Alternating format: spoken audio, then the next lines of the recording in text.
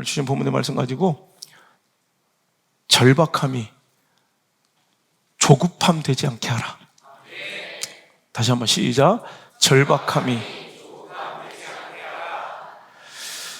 다윗의 처참한 도피 생활이 시작되었습니다. 그의 인생의 꽃다운 청춘 거의 15년 가까이를 광야, 사막 한복판에서 보내야 되는 다윗의 도피 생활, 즉 광야의 시대가 시작되는 장면입니다. 사울의 집착, 사울의 광기에 가까운 시기와 질투에 생명의 위협을 느끼고 그는 척박한 광야 한복판으로 몸을 숨기고 겨우 목숨을 부지게 하여 도망자의 삶을 선택해야 됐다는 것입니다. 때로는 우리 인생에도 이런 광야의 시대가 도래할 때가 있습니다. 물질의 광야, 관계의 광야, 진로의 막힘의 광야, 또 영적인 광야, 그 메마름을 우리는 경험할 때가 있다는 거예요.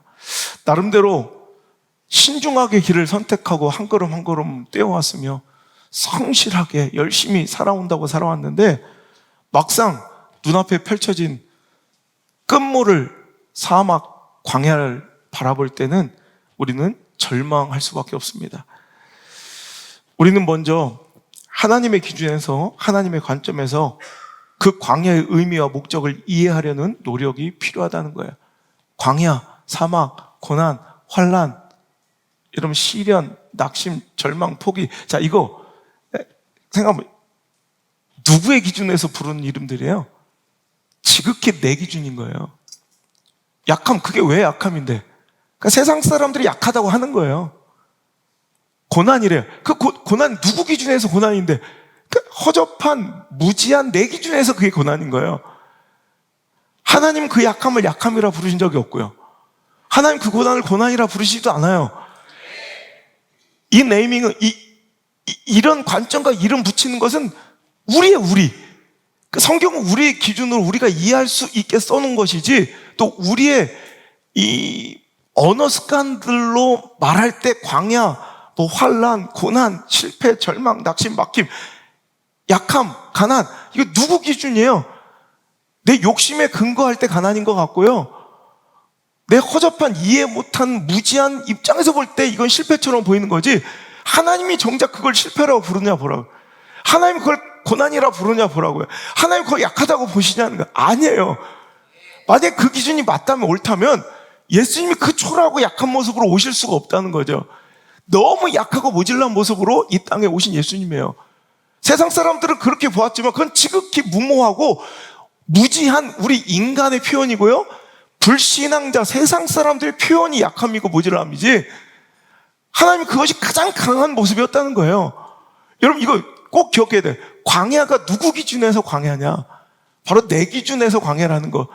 하나님 관점과 기준에서 우리는, 여러분, 그 모든 내 삶에 펼쳐진 실패와 아픔들을 이해할 줄 알아야 되는데, 하나님의 기준에서는요, 하나님의 시선에서는요, 하나님은 그렇게 안 불러요. 하나님은 약함이 아니라, 우리들이 부르는 그 약함을 강함이라 부르시고요, 우리가 고난이라 부르는 그 부분을 연단과 훈련이라 부르시고요, 광야와 사망의 음침한 골짜기는 내 기준이죠. 하나님은 멋진 한수라 부르시고요, 하나님 위대한 계획을 이뤄가시는 지극히 정당하고 완전한 시간이라 부르신다는 거예요. 곧 펼쳐진 푸른 초장과 쉴만한 그 평강의 물가로 인도하시기 위한 너무나도 지극히 안전하고 옳은 방향이 사망의 음침한 골짜기를 부르는 우리들의 그 표현이라는 거예요. 여러분, 우리들의 기준으로 오늘을 이해하려고 하면 안 돼요. 상황을 이해하려고 하면 안 돼요. 약함 아닙니다. 실은 광야 아닙니다. 근데 하나님 우리의 기준과 우리의 수준에 맞춰 이해시키려 오늘 애쓰시는 것일 뿐이지, 실은 광야도 아니고 사막도 아니고 실패도 아니고 실은 절망도 절망이 아닌 거예요. 하지만 우리가 그렇게 부르니 하나님 그래, 그럼 그 광야의 의미를 알려주마 하시며 오늘도 안호호 목사를 세워서 여러분께 풀어가시는 거예요. 자, 광야는요, 하나님이 사랑하는 자를 불러 모으시는 곳이기도 해요. 하나님은, 자, 우리가 광야라고 부르는, 사막이라고 부르는 그 절망과 실패의 자리로, 그 훈련과 연단의 자리로 하나님은 사랑하는 자들을 오히려 불러 모으시더라는 거예요. 인생의 고난, 삶의 광야는 실은 반전의 시간이에요. 실수가 없으신, 실패가 없으신 하나님의 승리, 그 계획된 결말, 하나님의 그 절정의 순간으로 향하는 멋진 전환점이 바로 오늘 우리가 광야라고 부르는 곳이에요. 여러분, 반전을 기대하시길 바라요. 광야는 절망할 때가 아니에요. 낙심할 때가 아니라 반전을 기다리며 기대하셔야 할 시간이고 공간이라는 것 잊지 않았으면 좋겠습니다.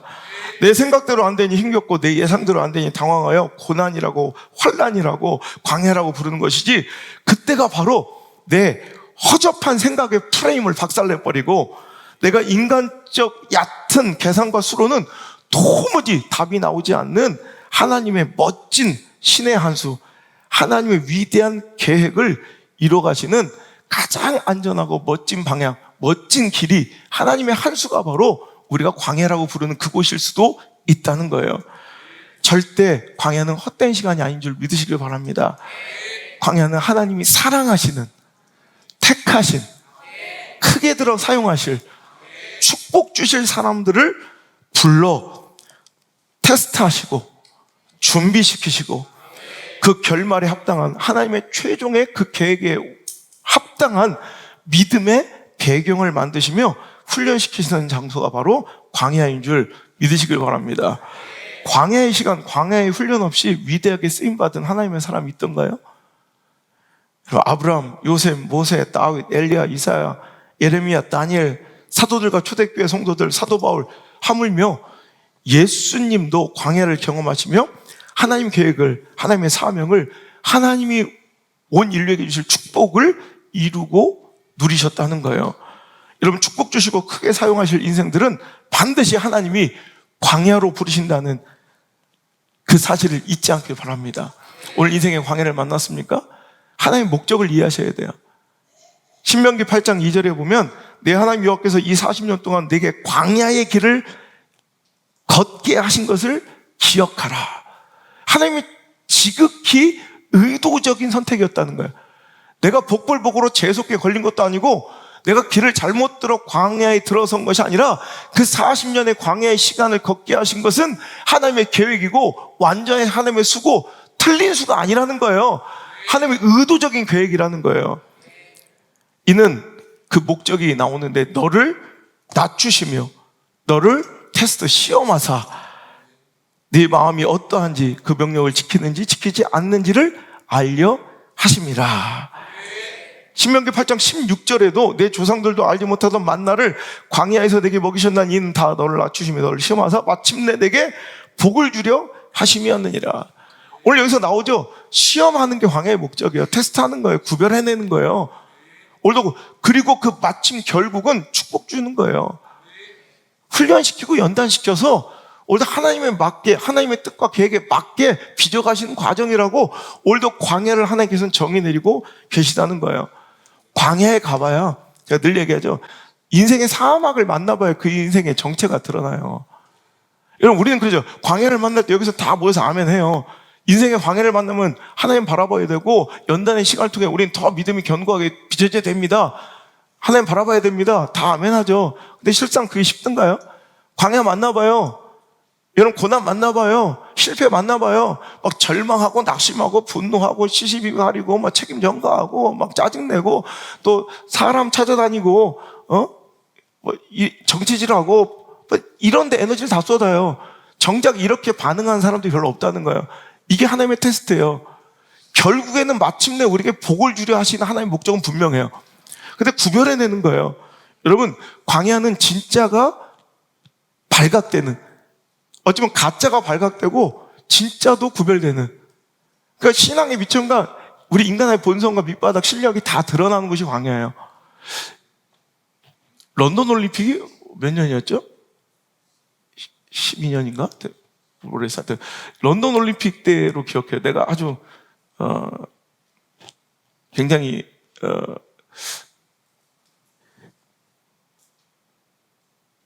그때 굉장히 좀 되게 인사이트를 얻고 마음의 감동이 컸던 인터뷰가 있어요. 그러니까 우리 양궁 대표가 대단하잖아요. 우리나라 양궁 국대가.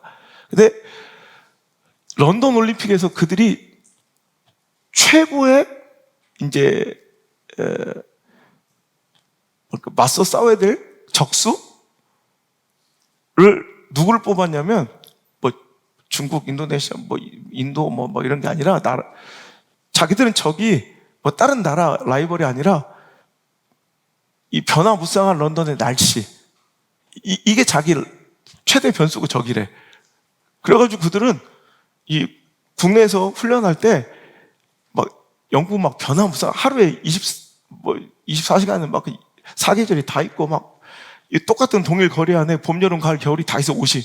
그러니까 막 변화무쌍한 비 오다가 맑았다가 막 난리야. 바람도 많이 불고 그러니까 그 변화무쌍한 그 기후에 맞게 막 훈련을 거듭한 거예요. 근데 다행히도 개막 4일 전부터 이상하리만큼 저도 그런 날씨를 본 적이 없는 것 같아요. 별로. 비 한 방울 안 오고 며칠째 계속 햇볕이 쨍쨍한 맑은 날, 바람 한 점 없는 맑은 날씨가 지속됩니다. 그러자 기자가 개막 직전에 그 대표팀을 이끌고 갔던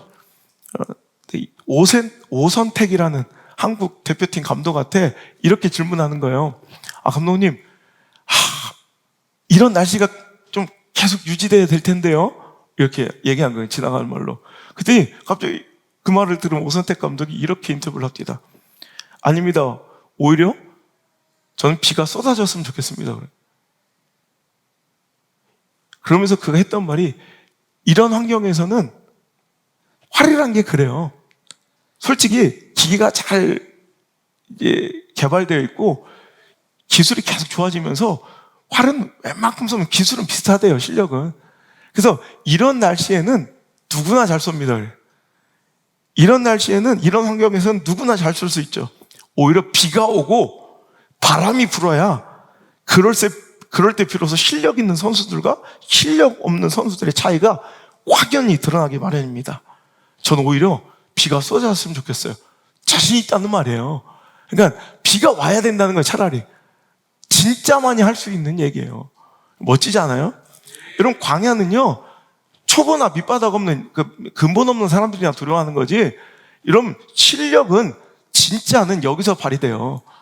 제가 늘 얘기하죠. 티백 다 섞어놓고 껍데기 따두면 이게 뭔 차인지 모르잖아요. 이게 둥글레인지 옥수수 수염차인지 뭐 허브티인지 안 모르는데 뜨거운 물에 담궈버리면 그 정체가 다 녹아 스물스물 나와요. 그러니까 그 정체는 여러분 평온할 때 나오는 게 아니라 뜨거운 물에 그 고난과 환난과 광야에 담겨지면 불평 나오면 그 불평에 그 사람이 근본이에요. 원망과 뭐 이러면 그게 그 사람의 본질이에요. 근데 거기서 신뢰가 나와, 믿음이 나와, 기도가 나와. 그게 그 사람의 본질인 거예요. 정체는 거기서 발각되는 거예요. 아무리 여러분 평온할 때는 누구나 잘 사요. 여러분 평탄하고 좋은 일 있을 때는 누구나 신실한 것 같아요. 이 예배당에서 다 신실해 보이죠. 나가서 실제로 뭐 교통사고 나고 뭐 억울한 일을 당하고 짜증나고 불쾌한 일을 당하고 뭐 누가 우산으로 날 탁 치고 막 이런 일이 당할 때 이제 진짜 본질이 나오는 거예요. 오늘 여러분 광야는 하나님께서 내 본질을, 내 실력을, 믿음을 체크하시고 점검하는 시간이에요. 광야에서는 다 걸러져요. 가짜 믿음들, 준비되지 않은 연약함은 다 드러나요. 그 신앙의 밑바닥과 미천이 다 드러날 때 이제 하나님께서 너 틀려서 버려, 이게 아니라 이런 믿음의 사람들도 다 그랬어요. 그 광야 가운데 미천이 드러나요. 밑바닥에 다윗도 그래요. 꽤 신실하고 하나님 위해서 목숨 건 것 같은데 광야로 나가면 밑바닥이 드러난다니까. 이따가 나오겠지만 미천이 드러나요. 그럼 그때 하나님께서 너 이래서 실격이야가 아니에요. 그래서 거기부터 다져가시는 거예요. 거기부터 빚어가시는 거예요. 여러분 광야는 하나님께 집중하는 장소예요. 광야는 하나님께 집중할 수밖에 없는 곳이에요. 아무것도 없어요. 하나님만 바라봐야 되는 곳이에요. 다윗 옛날에는 친구들도 있고 사람들도 있고 꽤 인기도 있고 사람들의 이런 호의도 받고요. 많은 사람들의 칭찬과 명성도 받아요. 근데 이제 광야로 도망치니 그때부터 하나님밖에 없는 공간이 광야예요. 그러니 그때는 하나님께만 집중해야 되고, 아니 하나님께만 집중하기 굉장히 용이한 장소가 광야예요. 어떤 광야를 맞이하고 있습니까? 그때 하나님을 보셔야 돼요. 여러분 샌프란시스코의 요세미티 국립공원을 제가 놀러 갔더니 밤하늘의 별이 무슨 LED 전구처럼 이것처럼 밝아요.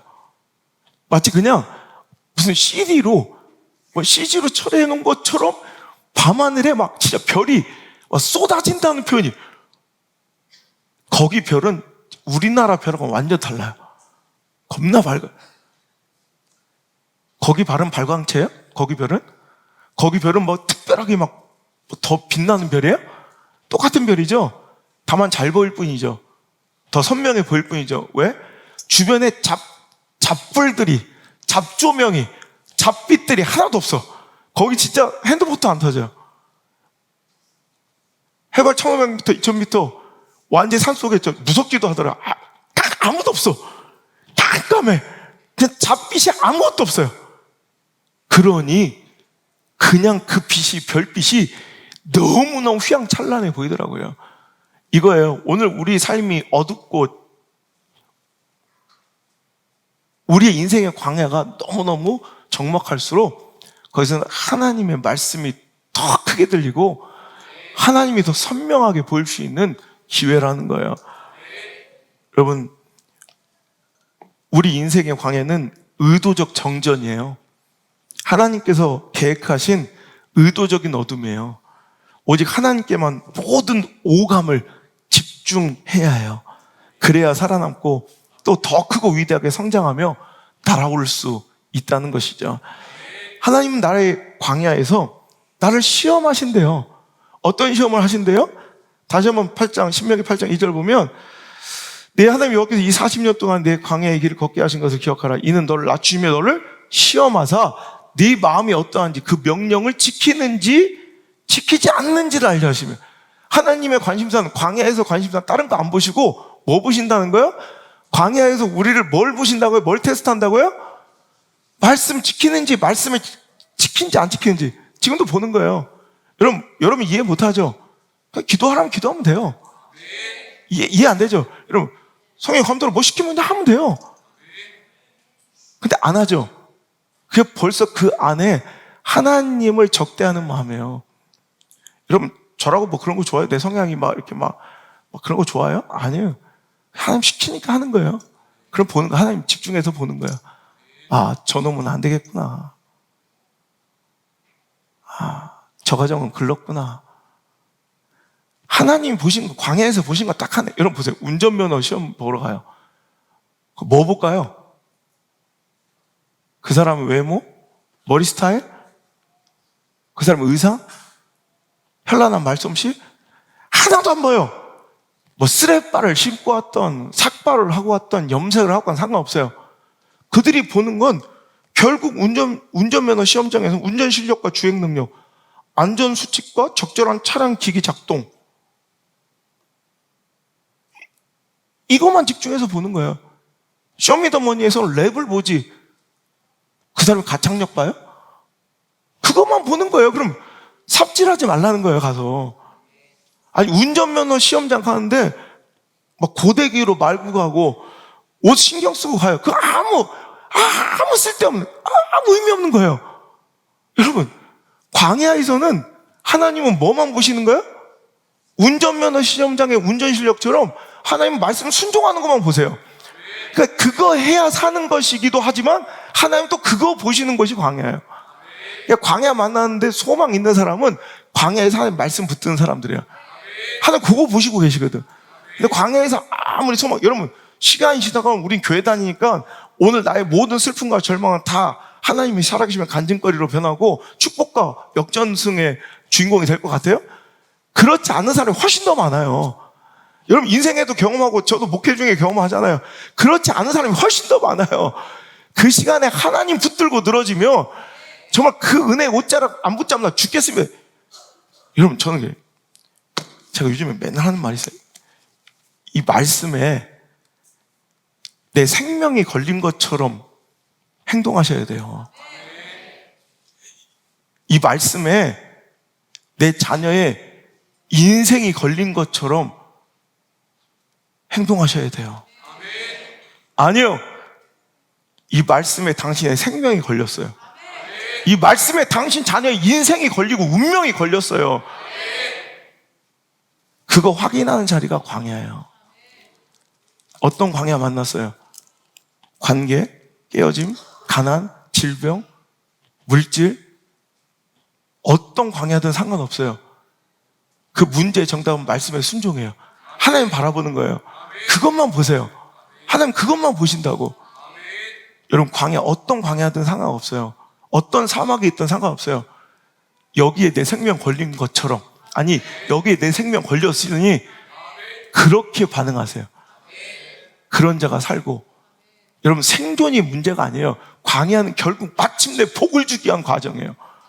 그 과정에서 나를 낮추시고 시험하사 걸러내시고 밑바닥 미쳐내고 드러나죠. 그 다음부터 하나님 딱 그것만 보세요. 말씀에 순종하는지 안 하는지. 그 가운데 하나님 여러분 존귀하게 높여 세우시고, 요셉이, 아브라함이, 다윗이, 이삭이, 그죠? 예레미야가, 이사야가, 에스겔이, 상상도 못했던 다니엘이, 사도 바울이 꿈도 꾸지 못했던 일들을 그를 통해 이뤄가세요. 존귀하게 세우신다고요. 여러분, 사막을 건너는 6가지 방법, 제가 많이 거론하죠. 스티브 도나휴라는 사람이 쓴 책이 있는데요. 사막을 건너기 위한 자기 체험적 책인데 6가지 방법이 있대요. 그중에 가장 중요한 챕터가 그거예요. 나침반을 보라. 너무나 당연한 것 같지 않아요? 근데 사막에서 자기 감각을 의지하거나 시시각각 변하는 모래 언덕, 풍광을 목표 삼아 걸어가는 사람은 반드시 거기서 죽게 된대요. 그 사막을 탈출할 수 없어요. 내 감각 의지하지 말고, 보이는 거 의지하지 말고 오직 나침반만 의지하고 가는 거예요. 광야가 그런 곳이에요. 여러분, 내 감각, 상황, 처지, 형편, 이건 언제든 변해요. 사람, 이거 언제든 변해요. 그런 거 보고 인생을 결정하면 되겠어요? 위험천만하게? 여러분, 말씀, 나침반처럼 변하지 않는, 이런 꽃은 시들고 풀은 말라도 절대로 영원히 변치 않는 나침반 같은 존재가 바로, 그 소중한 가치가 바로 말씀이에요. 우리 그 말씀만 집중하고 가는 거예요. 그게 광야에서 살아남는 법이고, 하나님께서 그런 사람들을 보는 거예요. 여러분, 결국 말씀은 많이 묵상하고 예배를 많이 드리고 말씀을 몇 편의 설교를 듣고 있느냐, 이게 중요한 게 아니에요. 정작 그 말씀이 능력되기 위해서는 그 고난의 시간에, 그 광야의 시간에 그 말씀이 삶에 적용되고 작동되고 있는지를 봐야 돼요. 예수님의 제자들은 예수님의 최고 가까이에서 예수님의 말씀을 누구보다도 많이 듣고 가까이 듣고요, 예수님의 순한 예고를 너무나도 많이 들었어요. 선명하고 분명하게. 그리고 다시 부활하실 것까지 다 들었던 자들, 모르는 자들이 아니에요. 근데 정작 예수님이 돌아가시고 십자가에 환난 당하신 다음에 그들은 말씀을 새까맣기로 자기 삶의 말씀이 작동되지 않아요. 적용되지 않아요. 그러니까 부활하신 예수님이 그에게 소망이 되고 기쁨이 되어야 될 때 부활하신 예수님 때문에 두려워 떨어요. 왜 그런 현상이 벌어져요? 기뻐하고 소망 가져야 될 때 두려워 떨고 절망하고 낙심해요. 왜 그래요? 말씀이 작동되지 않는 거예요. 여러분, 우리 인생에도 말씀이 작동되고 있는지 점검하세요. 말씀이 작동되고 있어야 돼요. 여러분, 진짜 말씀이 작동돼요? 결국에는 여러분, 고난의 시간에 뭐가 스위치가 켜져요? 스위치 온, 감정, 관계, 정치, 사람 쫓아, 이런 걸로는 절대로 그 인생의 사막은 벗어날 수가 없다는 거예요. 여러분, 인생의 광야는 히브리어로 미드바르, 광야는 디바르란 말씀이란 말과 어원이 같아요. 그러니까 우리는 정서상 잘 모르는데, 그러니까 되게 유대인들은 다 아는 거예요. 미드바르, 다바르 이러면 이게 광야는 곧 말씀이 바로 연상이 된대. 그러니까 이게 굉장히 중요한 메시지예요. 미드바르, 광야하면 자기도 모르게 그냥 연상되는, 같은 파생된 같은 단어예요. 다바르, 미드바르, 다바르. 광야는 곧 말씀에 집중해야 될 곳이라는 거예요. 말씀에만 집중하게 해주는 기회이기도 하고요. 또 말씀에 집중하는지 안 하는지를 점검받게 되는, 시험받게 되는 테스트이기도 하고요. 여러분의 미드바르, 여러분의 광야는 다바르, 말씀이 작동되고 있습니까? 여러분, 오늘 잘 점검하셔서 광야의 승리자 되시기를 주님 축복합니다.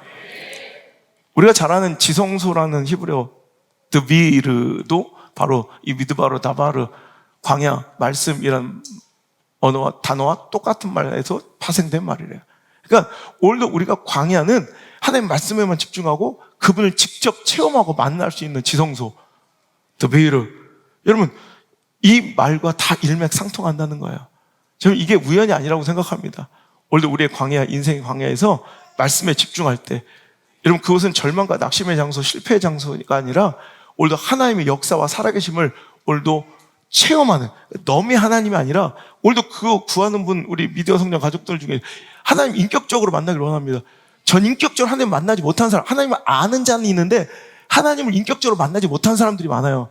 종교 생활을 하는데 하나님을 체험적으로 만나지 못한 사람들이 여러분 광야에서 만난다니까. 광야는 그런 곳이에요. 내 자녀들이 광야를 두려워하면 안 돼요. 저도 전 인격적으로 하나님 영접하고 만난 건 광야예요, 광야. 목사 아들이라서 평생을 교회 다니면서 하나님을 만난 게 아니라 정말 내 인생이 광야가 차오니까 말씀이 들리더라고요. 예배에서 하나님을 만나더라고요. 광야는 두려운 곳이 아니에요. 절망하고 낙심할 곳이 아니라고. 오늘도 여러분 광야를 허투루 지나가지 말고 광야를 적극적으로 활용하시고 여러분 고난을 잘 사용하시는 지혜로운 성도들 되시길 바랍니다. 미드바르 나의 광야는 다바르 하나님 말씀만 집중하고 순종하는 멋진 곳이 되겠다 선언하고 결단해보세요. 어떤 역사가 일어나는지 하나님의 드비르 임재의 장소가 여러분의 직장이 될 거고 여러분의 인생이 될 거고 여러분 가정이 될 거고 여러분 자녀의 인생이 삶의 발걸음 여러분 직장이 될 거예요. 하지만 그 반대로는 불행한 거죠. 광야를 만나는데 나바라 하나님 말씀에 집중하지 않고 여러분 살아가는 사람들은 드비르 하나님의 지성 하나님 만남과 체험의 장소가 아닌 오히려 오늘도 고통과 아픔의 장소가 여러분 계속해서 반복된다는 거예요. 여러분 출애굽 광야 시대 430년 동안 종노릇하는 그들을 하나님께서 바로 가나안으로 들이지 아니하시고 40년 동안을 뭐 하나님이 성격 파탄자예요? 뺑이치기예요? 그냥 고생시키는 게 하나님의 즐거움이 아니잖아요. 이유가 있는 거예요. 이제는 너희들은 바로의 노예가 아니라 노예 근성을 벗어버리라는 거예요. 이 종의 근성을 벗어버리라는 거예요. 형 노예 근성이 쩌들어 있는 사람들이 많아요. 교회만 나와있지 아직도 세상의 종이야, 물질의 종이야, 감정의 종이야, 관계의 종이야. 우상들 숭배하면서 교회에 나와 있는 사람 너무나도 많아요. 어떻게 해결될까요? 끊어버려야 돼. 다음 주도 계속 나오는 말씀인데 이 광야의 시대에서는 이런 거 훈련되는 거예요. 그러니까 이제 넌 주인이 누구인지 확실히 선언하라는 거예요. 하나님은 너 주인이 누구냐를 선언받고 싶어 하는 거예요. 그게 40년 걸린 거예요. 이제 넌 바로의 노예가 아니다. 넌 나의 백성이다. 그걸 뭘로 표현하는 거예요? 성소 만드시고 성전 만드시고 성막 만드시고 예배를 가르쳐서 예배하는 공동체를 만드셔서 우리 하나님 말씀에 귀기울이는 공동체 만들고 하나님 찬양하고 경배하는 공동체 만드셔서 하나님 내 것임을 선언하고 그들도 하나님이 나의 주인이시고 왕이심을 선포하는 장소가 광야라는 거예요. 그거 하셔야 돼요. 그거. 여러분 광야 고난 중에도 하나님 말씀이 들리면 그건 두려워할 필요가 없는 축복이에요. 시편 119편 우리 가장 긴 성경이죠. 성경 가운데 장수로 67절에서 71절까지 말씀 한번 읽어볼게요. 시작. 고난 당하기 전에는 내가 그릇 행하였더니 이젠 주의 말씀을 지키니이다. 주는 선하사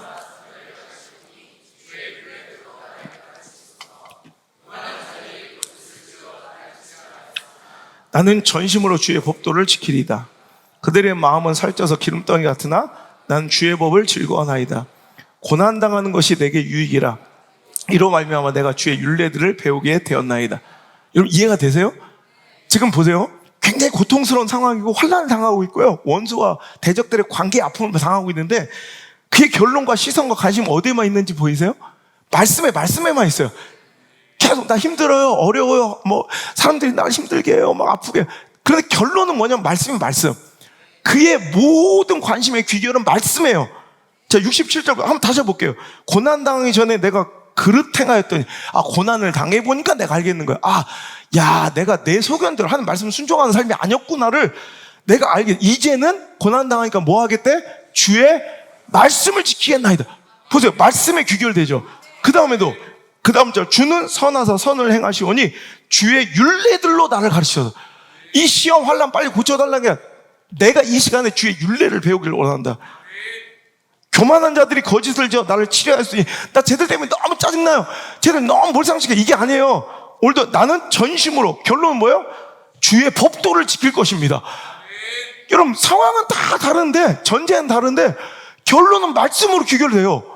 놀랍지 않아요? 이게 광야에서 여러분 축복받는 승리한 사람들의 반응이에요.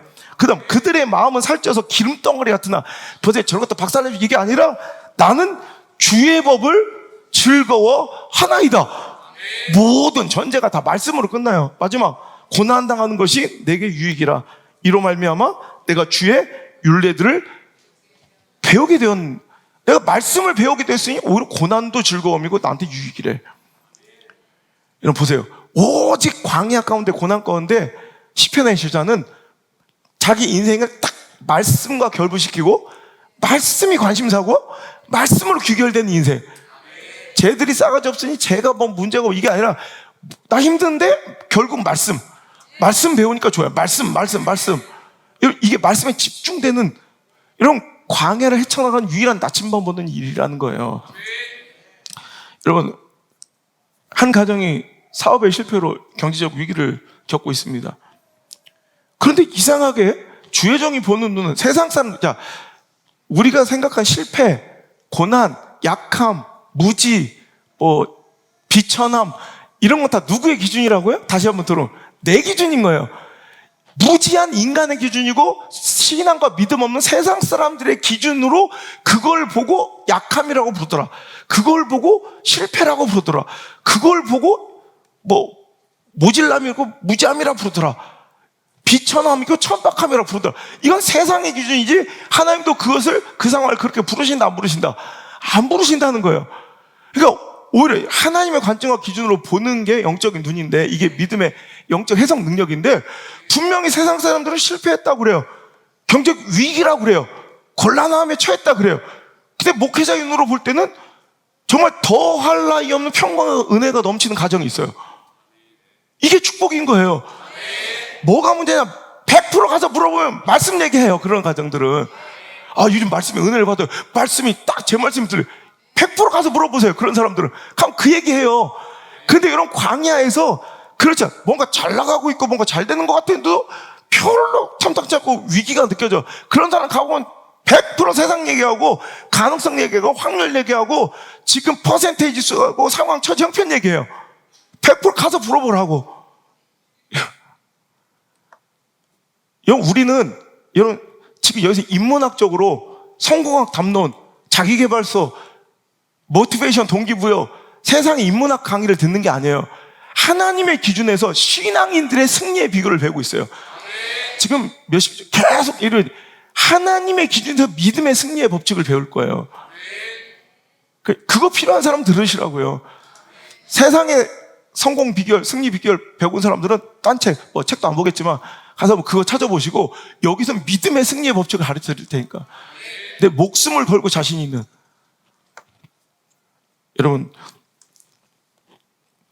광야는 결국 그래서 축복받고 성장한 자리예요. 결론이 뭐예요? 뭐랬다, 낮추시고 시험하시고 막 말씀을 듣는지 안 듣는지 보고, 그래서 마침내 너에게 복을 주려 하심이니라. 이게 결론이에요. 신명기 8장. 마침내는 광야 어째도 마침내 결론은 너한테 복 주고 싶은 하나님의 마음. 그러니까 여러분, 그 광야의 성장, 그 축복의 기회를 꼭 누리시길 바랍니다. 하나님께 집중하고. 여러분, 가짜가 발각되고 미천이 드러날 때 포기하고 절망한 게 아니라 겸손하게 하나님께 엎드려서 오히려 하나님께 집중하고 하나님 거기서부터 빚어가시는 거예요. 그래서 오히려 이전에 내 한계로는, 내 프레임으로는 전혀 상상도 못할 축복의 바운더리가 넓어지고요. 축복의 영토와 영역이 넓어지고 확장되고, 여러분, 하나님께 여러분에게 주시려는 축복의 투자, 축복의 이 캐파가 완벽하게 넓어진 장소가 바로 광야예요. 그 광야를 적극적으로 활용하시고 여러분 잘 사용하시는 저 여러분 되시길 주 여러분 축복합니다. 제가 연날리기 맨날 얘기하죠. 하나님은 우리를 높이 날리기를 원하세요. 연날리기 떨어지는 걸 즐거워하는 사람이 있어요. 최대한 높이 날리기를 원하죠. 높이 날려면 막 줄을 하염없이 풀어줘야 될 것 같죠. 그럼 안 날라요. 어떻게 적당하게 탁 끌어잡으댕겨, 오히려 줄을, 텐션을 잡고 땡겨줘야 미치겠는 거야. 날아오르고 싶은데. 왜 미치겠는 거야. 막 날아오르고 싶은데 막 땡기는 거야, 자꾸. 그러니까 주인은 연을 미워하는 줄 알아요. 연한테 들은 얘기요. 그 연이 그러대. 주인이 자기를 미워하는 줄 알았대. 근데 땡기는데, 아픈데, 자꾸 저항받는데, 힘든데, 계속 높이 날고 있더래요. 아이고, 그때 그 연도 그랬고, 저 연도 그랬고, 이 연도 그랬어요. 다 연한테 들은 얘기야. 힘들어 죽겠더래요. 답답해 죽겠고, 원망스럽고. 그런데, 이상하게 날더래. 오늘 땡겨졌어요? 날고 있는 거예요. 땡겨졌어요? 비상하고 있는 거예요. 그 믿으신 믿음 있길 바랍니다. 두 번째, 이제 본론이에요. 오늘 우리가 말씀 제목이 뭐였어요? 절박함이 조급함 되지 않게 하라. 문제는 여러분, 우리가 절박하고 너무 간절할 때 이 절박한 나머지 막 조급해져. 너무 간절한 나머지 성급해져. 이런 필패예요. 여러분, 세상에 어떤 전쟁의 역사, 제가 요즘에 책을 무지막지하게 읽어요. 특히 전쟁 역사, 세계 역사의 흑역사, 진짜 몇십 권씩 읽어요. 보면 조금 늦어서 패망한 건 없어요. 근데 향이 잘난 척한 걸 앞서서 성급하고 조급한 나라 무조건 다 패했어요. 차라리 뭔가 아리까리 하잖아? 조금 늦는 게 나아. 그러면 조금 잃을 수는 있지만 망하진 않아. 근데 깝죽거리고 앞서고 나서고 까불고 조급하면 반드시 필패해요. 여러분, 세상에서도 그래요. 세상의 법칙도 미국이 가장 치욕스러운, 여러분, 미국은 져본 적이 없는 나라인데 미국이 가장 치욕스럽게 생각하는 미국의 흑역사는 어떤 전쟁이에요? 베트남전이에요. 여러분, 베트남전은 그들의 조급함과 성급함이 불러온 재앙이에요, 재앙. 1964년에, 이제 여러 가지 이야기가 있지만, 그때 당시가 이제 2차 세계대전을 승리로 끝났어요, 연합군이. 미국을 주시한. 미국을 위시해서 연합군이 승리를 끝냈다고. 그런데 그 뒤에 소리 없는 전쟁이 이어지고 있어요. 냉전, 콜드워. 소련과 중국을 위시한 공산국가와 미국과 서방 유럽을 위시한 민주국가가 보이지 않는 첨예한 대립을, 이제, 위험천만 아슬아슬한 이런 냉전이 이루어지고 있을 때 중국과 국경을 접하고 있는 베트남은, 여러분 아시죠? 길쭉하게 무슨 방어선처럼 구축되어 있어서 그 옆으로 캄보디아, 라오스, 미얀마 이런 막 쫙 붙어 있다고. 중국하고 국경을 한쪽을 접하고 있으니까 얘가 공산화가 되면 거기서 나온 이제 정치학 용어가 도미노 현상. 이게 거기서 나온 거예요. 도미노처럼 그 뒤에 있는 동남아시아 국가들이 다 공산화될 것을 두려워한 이제 케네디 대통령은 이제 북이 17도선으로, 우리는 38선이죠. 북한과 남한 38선으로 북한 공산당, 밑은 민주주의잖아요. 그것처럼 베트남 17도선이에요. 북이 17도선으로 북베트남과 남베트남, 북베트남 호치민을 위시로 한 이제 주석으로 한, 총통으로 한 이제 공산국가고, 남베트남은 이제 민주주의, 미국의 지원을 받는 민주주의 국가가 되었는데 막 여러 가지 국가 안에서 그 상황들이 막 갈등이 분열이 막 이루어지고, 이제 북베트남의 위협과 함께 우리가 잘 아는 베트콩이라고 하는 건 베트남 해방전선이라는 남베트남 자유국가 안에, 자유민주주의 국가 안에서 공산화시키려는 게릴라전들을 펼치는 민주해방전선이라는 베트콩들이 계속 게릴라전을 펼치며 이제 이 남베트남을 전복시키려고 해요. 자, 그때 미국은 이것이 넘어가면 이제 전체가 도미노처럼 이제 다 공산국가에 다 뺏기겠다는 두려움이 있어서 그때 이제 좀 약간 조급함이 있었던 거예요. 우리가 잘 알고 있는 통칭만해서 정보 습득과 이제 경계 활동을 펼치던 매덕스라는 미국의 이 구축함에 어뢰 공격이 1964년 8월 2일 날 이제 있었던 거예요. 그러니까 베트남 이제 어뢰정이 이 메덕소를 공격하는 사건이 벌어져요. 근데 나중에 유출된 결과로는 이것도 실은 미국이 선제 공격을 한 거예요. 근데 이게 지금까지 이게 신문에도 다 유출된 자료가 나왔어요. 극비 문서가. 원래는 미국이 먼저 공격을 해서 할 수 없이 어뢰를 쏘았고, 그래서 많이 다 초토화됐어요. 뭐 게임이 됩니까? 그래서 박살난 거예요. 근데 그걸 이제 막 상습적으로 보고를 받던 이제 그때 당시에 린든 존슨이라는 대통령이, 아까는 케네디였는데 케네디가 갑자기 암살당하면서 남은 자녀 임기 1년을 린든 존슨이라는 대통령이 대통령을 하고 있고, 이제 곧 대통령 선거를 치러야 돼. 근데 8월 4일 날도 막 폭풍 속에서 이제 음파 탐지를 하던 중에 이상한 이제 소리가 들리니까 이걸 어뢰전 공격으로 인식한 한 병사가, 이게 지금도 이제 베트남 역사에서는 자기들이 공격 안 한 걸로 하고요. 이제 세계 역사에서도 베트남 공격이 없었다는 것을 이제 인정하는 분위기, 미국도 인정했죠. 근데 베트남 공격을 했다고 보고가 돼요. 그러니까 미국은 또 공격을 해서 베트남 어뢰정을 또 폭발시켜버려요. 린든 존슨은 이 보고를 받고 나서 정확한 정부와 이 보고를 취합하기도 전에 자기는 대선 때문에 민주당이니까 빨리 대선 이슈를, 승리의 이슈를 선점해야 되고, 마침 또 공화당의 후보는 아주 극도의 반공주의자, 이름이 되게 웃겨요. 베리 콜드 워터. 겁내 차가운 물이에요. 이제 어떤 베리 콜드 워터. 하여튼 그런 사람이었대요. 그 사람은 강렬 반공주의자예요. 그러니까 그 사람이 딱 대선 후보로 나오면 자기가 이제 민중들의 표를 빼앗길 수 있기 때문에 그 반공주의 이슈를 선점하기 위해서 제대로 된 취합된 정보도 아닌데 성급하게 우리가 이대로 있을 수 없다. 의회에서는 더 정확한 보고를, 정보를 이제 요구했지만 그 소수의 의회 의견들을 묵살해버리고 결국 전쟁을 일으켜서, 당시 주둔해 있었던 사령관은 어느 정도면 해결할 수, 6개월이면 충분하죠. 그래서 6개월. 그 자만과 그들의 조급함이, 여러분 1965년부터 전쟁이 개입돼서 무려 10년 동안을 50만 명 이상의 생떼 같은 젊은이들을 투입해서 거의 5만 8천 명이 죽고요. 무려 전쟁 자원으로 50조 원 이상을 쏟아 부으면서도 결국에는 그들은 패전의 수모를 겪으며 미국은 철수하게 되고 결국 1975년 공산화되어 베트남 직금에 이르게 된 거예요. 그래서 미스터 사이공이라고 불리는 사이공이 남베트남의 수도였는데 지금은 사이공이 없어지고 뭐가 됐어요? 호찌민시가 돼요. 호찌민.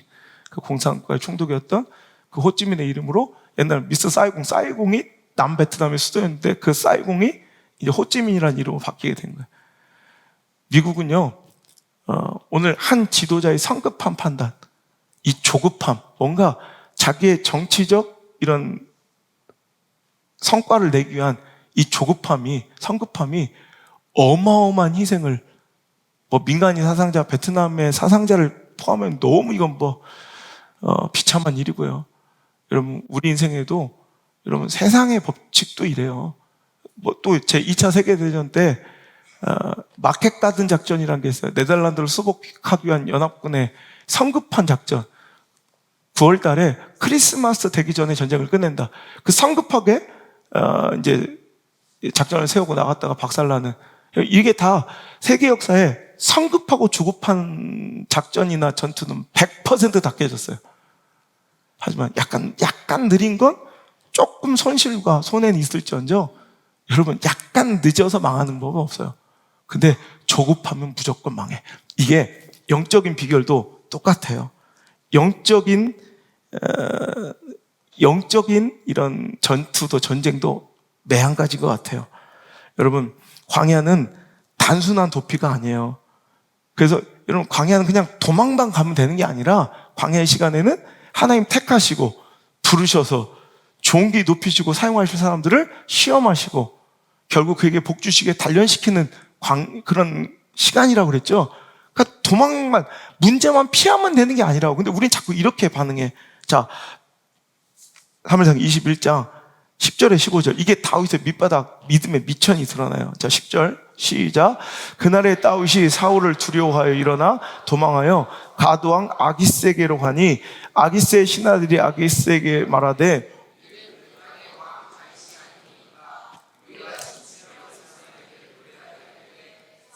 죽인 자는 천천히요 다윗은 만만이로다 하지 아니하였나이까 한지라. 이 말을 그의 마음에 두고 가드왕 아기스를 심히 두려워하여 그들 앞에서 그 행동을 변하여 미친 채 하고 끄적거리며 침을 수염에 흘리매 아기스가 그의 신하에게 이르되 너희도 보거니와 이 사람이 미치광이로다. 어찌하여 그를 내게로 데려왔느냐. 내게 미치광이가 부족하여 너희가 이 자를 데려다가 내 앞에서 미친 짓을 하게 하느냐. 이 자가 어찌 내 집에 들어오겠느냐 하니라. 광야를 만나 사울이 두려워요. 물론 우리 삶에 맞닥뜨린 사울이란 문제는 버겁고 두렵고 피하고 싶어요. 빨리. 근데 이 절박함과 간절함이 문제예요. 때로는요 우리 인생에 꼭 빨리 이걸 이루고 싶은 어떤 성공이나 목적이 있어요. 그것에 대한 절박함 내지는 너무 참혹하고 혹독한 상황과 형편과 문제 때문에 이걸 빨리 벗어나고 싶은 간절함, 이것들이 우리의 성급함과 조급함이 될 때가 있어요. 이거 굉장히 위험한 거예요. 오늘도 여러분 이 절박하다고 간절하다고 이 절박함과 간절함이 조급함과 성급함 되지 않게 경계하셔야 돼요. 왜? 조급하고 성급하면 무조건 망해요. 이게 성경 신앙의 법칙이고 세상의 또 법칙이라는 거예요. 광야는 단순한 도피가 아니기 때문에 여러분 오늘도 그 가운데서 하나님의 뜻을 구하고 하나님의 뜻대로 하나님의 때 하나님의 방법으로 하나님의 역사하실 때까지 기다릴 수 있는 인내가 더할 나위 없이 필요한 것이 광야예요. 근데 우리는 다윗과 같이 이런 실수, 이런 믿음이 연약한 이 다윗의 미천이 드러나서 이렇게 빚어가시는 거예요. 계속 나와요. 툭 하면 사람한테 피하고 사람한테 달려. 이거 깨지지 않는 한 하나님 그를 들어 사용할 수가 없는 거예요. 여러분 사람에게 기대거나 피하지 마십시오. 인간적인 방법으로 광야를 벗어나라고 하면 그것은 또 다른 문제와 아픔을 양산하며 그 문제와 아픔이 계속 악순환되는 반복되는 그런 안타까운 일, 즉 늪에 빠져서 막 허우적거리는 것처럼 허우적거리면서 더 빠져가는 이런 악수를 두게 된다는 거예요. 이건 다윗의 모습 봐요. 그냥 사울을 두려워 피하고 싶은 거예요. 너무 간절한 이 참혹한 상황이 여러분 그래도 잘 계산하셔야 돼. 여러분 언발의 오줌 누기 임시방편의 문제로 현실적으로 즉각적으로 내 앞에 눈앞에 도움이 될 것 같아 보이는 사람을 의지하거나 세상의 방법을 의지하거나 인간적인 계산, 인본주의의 방법은 실은 내 진짜 광야를 벗어날 수 있는 실제적인 진짜 해답이 아니라는 거예요. 조급함이 낳은 돌연변이가 되고 괴물이 되어 결국 내 인생을 삼켜요. 나를 더 괴롭게 하는, 내가 살고자 했으나 그것 때문에 오히려 내가 죽을 뻔하잖아요. 여러분 그 인간적인 방법과 조급한 선택들은 돌연변이고 괴물이에요. 그래서 오늘 어떤 이 비참함을 보여요. 하나님이 택하신 왕으로 세우실 그 존귀한 자가 오늘 대문에 끄적거리며 침을 질질질 흐리며 뭐 내가 한번 해줘야 돼요? 내 집에 가서 이거 내 집에서도 이거 해야 돼 또 굳이?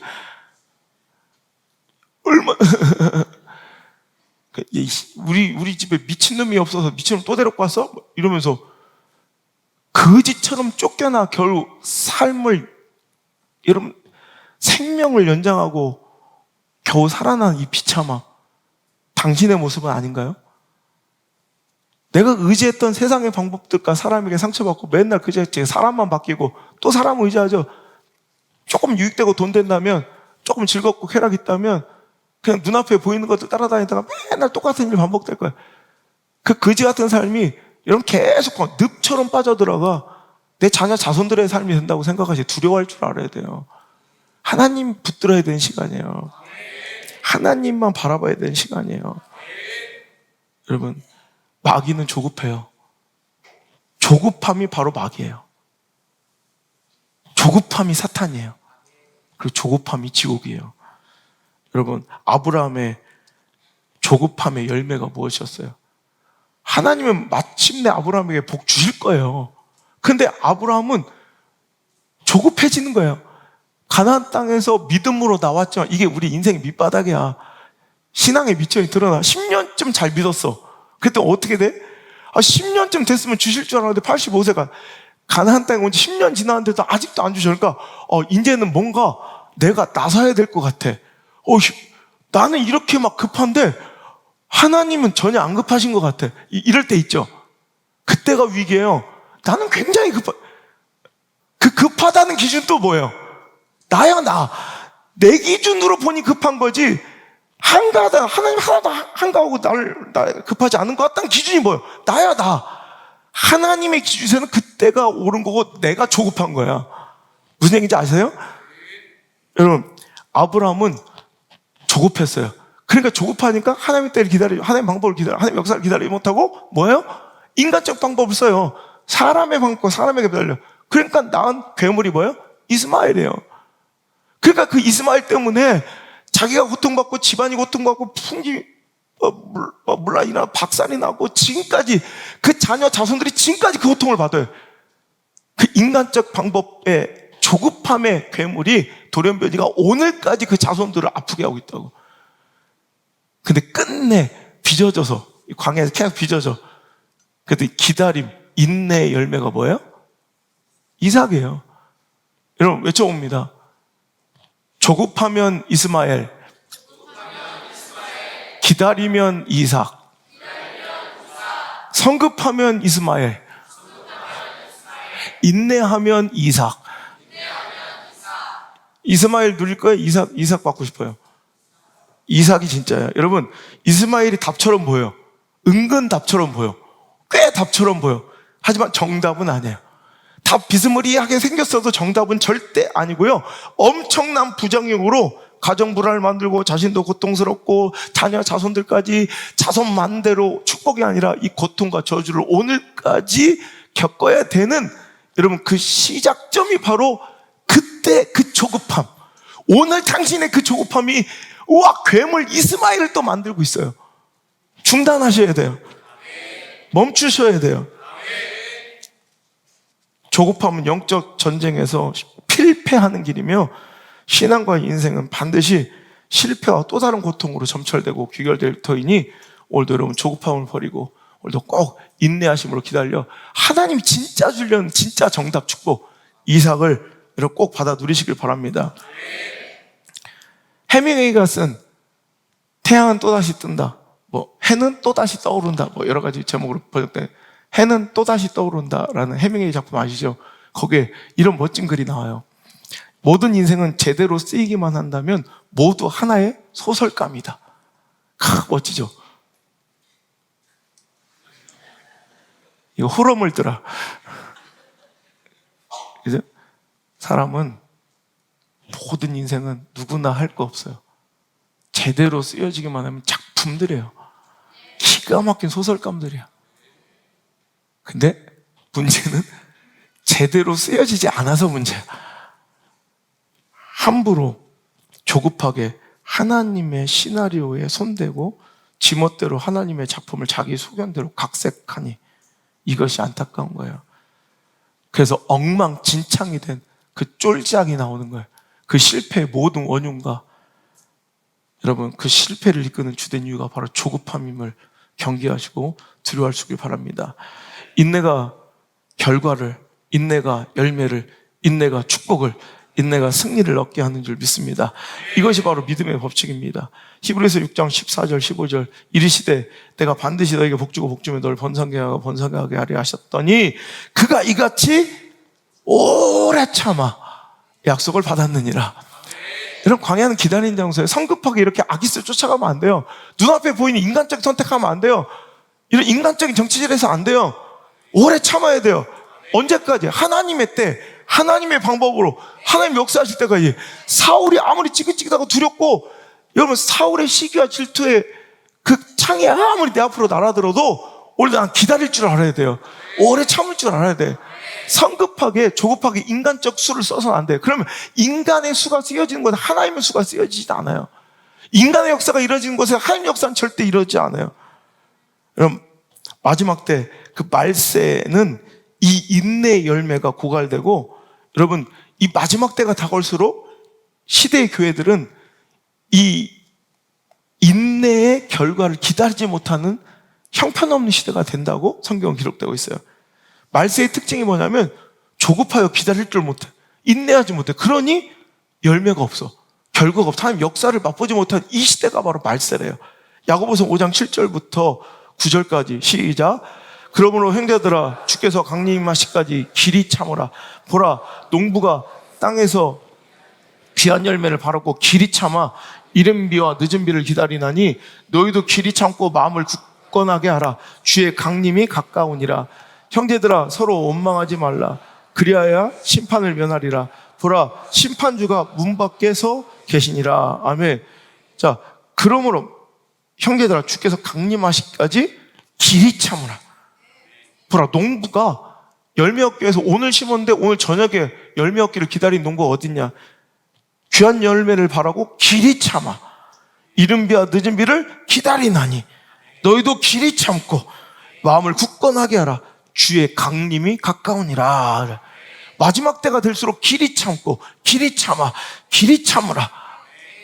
계속 길이 참는 게 이게 믿음이에요. 그러더니 바로 그 다음 절에 나온 게 뭐예요? 형제들아, 서로 원망하지 말라. 여러분 이거예요. 원래 길이 참고 길이 참아 길이 참아. 마지막 때 길이 참아야 하나님의 결과, 열매와 축복과 하나님의 섭리를 맛볼 수 있음을 얘기하시다가 길이 참고 길이 참아 길이 참으라 이렇게 하신 다음에 바로 나온 이슈가 뭐예요? 원망하지 마라. 결국 여러분, 내가 길이 참고 있는 인내가 있는 자인지 아니면 오늘 내가 조급한지를 깨달을 수 있는 그 시험지와 테스트지가 있어요. 여러분, 분석지가 있어요. 인바디 체크가 있어요. 내 영혼을 체크하는 원망, 불평이 바로 인내하지 못하는 자들의 모습이고요. 오래 참음, 조급하지 않고 하나님 때를 기다리는 자들의, 여러분, 그 증거가 바로, 테스트가 바로 감사예요. 입술에 계속 감사가 넘쳐나는 사람은 오래 참고 하나님의 뜻을 기다리고 있는 인내의 사람이고, 원망하고 불평하는 사람들은 오늘 조급함으로 성급함으로 망할 길을 가고 있는 사람들이라는 거예요. 여러분, 요즘 원망이 많습니까? 불평이 많습니까? 이것은 그저 상황 때문이나 나의 성향의 문제가 아니라는 거예요. 많은 사람들은 내 원망과 불평을 상황의 문제로 치부하거나 내 성향의 개인적인 문제로 치부하려고 해요. 근데 아니에요. 이건 영적인 문제예요. 신앙의 문제예요. 원망과 불평은 조급함과 성급함의 열매들이에요. 성경은 그렇게 기록하고, 마지막 때가 되면 이런 악한 것들을 격리하라 하면서도 그 중에 조급함이 나와요. 여러분, 미혹됨과 음란과 탐욕과 자기를 사랑하고 조급함도 마지막 때에, 여러분, 악한 죄의 모습이 조급함이에요. 마귀는 조급해요. 자꾸 조급을 부추겨요. 그 조급해지면 자연스럽게, 왜? 내 시간과 내 때와 내 그 좁아 터진 소견과 허접한 인본주의 계산질로 나온 그 답에 하나님 맞춰주지 않으니까 짜증나는 거야. 불평이 나오는 거야. 원망하고 있는 게 바로 내가 조급함에 바로 리트머스 시험지고 바로 증거라는 거 꼭 기억하시길 바라요. 여러분, 인내는 성격의 문제가 아니라 신뢰의 문제고 믿음의 문제예요. 제가 얼마 전에 이제 집회 갔는데 차 안에서 회사원들이 딱 점심시간에 막 진짜 너무 습하고 폭염 그 더위 속에서 막 사람이 거의 눈알이가 동공이 풀려가요. 근데 다들 막 식사 마치고 막 저 길 건너에 커피숍 있어. 거기에 막 그냥 아이스 아메리카노 막 시원한 막 아이스크림 막 이게 막 또 막 문을 열어놔서 막 에어컨 바람이 막 나와. 저기 가야 살아. 길 건너서 막 다들 저기 가려고 막 쫙 한때 무리가 와요. 같은 회사 직원들 같아. 막 모가지 뭐 걸고 딱 오더니 딱 길 앞에 서더니 그때 신호등이 빨간불이니까 지금 누가 봐도 죽을 것 같고 눈아래가 정상이 아니에요. 곧 바로 앞에 길 건너에 카페가 있어. 시원한 막 얼음 냉수가 있고 커피가 있고 아이스크림이 있는데 그거를 다 죽을 것 같은 그 고통 속에서 다 참고 다 기다려. 와, 저 사람 참 신실한 사람들이다. 그들이 길을 건너지 않고 그 신호등 앞에 일제히 누가 뭐 감시하는 것도 아닌데 다 멈춰서 인내, 기다릴 수 있었던 것은 무엇 때문일까요? 그들은 왜 그 신호등 앞에서 기다릴 수 있어요? 그들이 성품이들이 우리보다 다 대단한 사람들이 아니죠? 근데 그들은 기다려요, 100%. 왜 기다릴까요? 믿기 때문에 그래. 저 빨간불이 곧 기다리기만 하면 반드시 어김없이 초록불로 바뀔 것이라는 신뢰가, 믿음이 있기 때문에 기다리는 거야. 복불복으로 신호등에 어때 2박 3일에 한 번씩 켜줘. 그럼 기다려요? 안 기다려요. 근데 믿는 거예요. 하물며 그 신호등에 대한 신뢰와 믿음이 그들을 오래 참게 해요. 우리는 하나님을 신뢰합니까? 라는 문제예요. 곧 나의 광야의 이 빨간 고통의 불이 하나님의 섭리와 놀라운 역전의 회복에 풀림의 은혜에 초록불로 바뀔 줄 믿습니까? 그런 사람들만이 기다릴 수 있는 거야. 우리도 이 신뢰가 필요합니다. 빨리 벗어나고 싶고 피하고 싶은 순간 그 간절함이 혹시 조급함으로 바뀌고 있지 않는지 점검하시길 바라고요. 인내를 상실하고 그 문제와 그 아픔에 너무 집착하고 몰두하다 보니 그 필사적인 노력이 혹시 내 입술에 원망과 불평으로 바뀌어가고 있지 않는지 이거 경계하시길 바라요. 급하십니까? 늦었다고 생각하십니까? 누구의 기준입니까? 그것 또한 무지한 인간의 기준이요 불신앙의 기준이었음을 이 시간 인정하시고 하나님의 때를 다시 한번 기다리시길 바랍니다. 고난과 환난의 목적, 그 광야의 목적은 하나님의 섭리, 하나님의 능력, 하나님의 그 놀라운 계획을 누릴 인내를 여러분들에게 함양시키고 인내를 길러주기 위한 하나님의 계획이었는데 그 고난 중에 인내 길러주려고 고난을 줬더니 고난의 기간에 성급함이 끝난 거예요. 환난의 시간에 조급함이 끝난 거예요. 로마서 5장 3절 다만 이뿐 아니라 우리가 환난 중에도 즐거워하나니 이는 환난은 인내를 낳기야. 환난이 인내를 위해서 주신 건데 환난 때 조급해. 더 이상 뭐 할 것도 무조건 져요. 이건 무조건 필패야.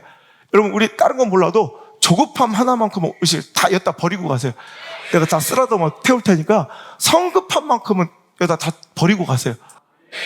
여러분 그리고 혹시 오늘도 다윗처럼 성급하게 조급하게 하나님의 때가 아닌 사울을 두려워하는 그 절박함과 간절함 때문에 오늘도 사람한테 기대고 사람 찾아고 왔다면 여러분 일단 한번 망할 준비하시고 다시 일어나 여러분 회복할 준비 그 꿈을 꾸시고 다시 여러분 하나님 품으로 돌아올 수 있는 지금 처참하게 미친 척하고 여러분 세상 앞에 굴복하는 모습일지라도 하나님 다시 한번 소망 주실 거니까 일어나셔서 이제 하나님의 방법으로 하나님의 때 하나님 역사하신 걸 꼭 볼 수 있는 그 자리까지 꼭 나갈 수 있는 가슴팍에 괜히 킵고잉이 아니에요. 진짜 킵고잉 전진할 수 있는 저 여러분 되시기를 주의 이름으로 축복합니다. 2차 세계대전 유대인 2차 세계대전 이후에 유대인의 6월절에 꼭 부르는 노래 제가 일전에 한번 얘기했죠. 아니마민이라고 나는 하나님을 믿습니다. 나는 믿는다. 아니나민. 그래서 나치의 핍박에 유대인 수용소에서 그 죽어가는 수많은 유대인들이 나는 믿습니다. 불렀던 그 노래가 지금까지 대대로 이어지고 있어요. 아우슈비츠 그 공포의 수용소에서 그들은 이렇게 노래했다고 합니다. 아니마민 나는 믿습니다. 우리 구세주가 오리란 걸 믿습니다. 그러나 그는 조금 늦게 오십니다. 나는 그 하나님이 분명히 오실 줄 믿고 조금 늦게 오더라도 나는 그때를 기다리겠습니다. 그때 유대인 신경정신과 의사였던 빅터 플랭클라인이라는 사람은 가스실로 끌려가 매일 죽어나가는 사람들을 보면서 자기는 하나님이 반드시 자기를 건져주시고 구원해 줄 거라는 믿음 가지고 노역의 현장에서 흙 속에 파묻혀 있던 병조각 하나를 주워 가지고 와서 그 깨진 유리 파편으로 매일 그 무딘 하지만 날카로운 그 유리 파편으로 자기 수염을 계속 여기 파랗게 막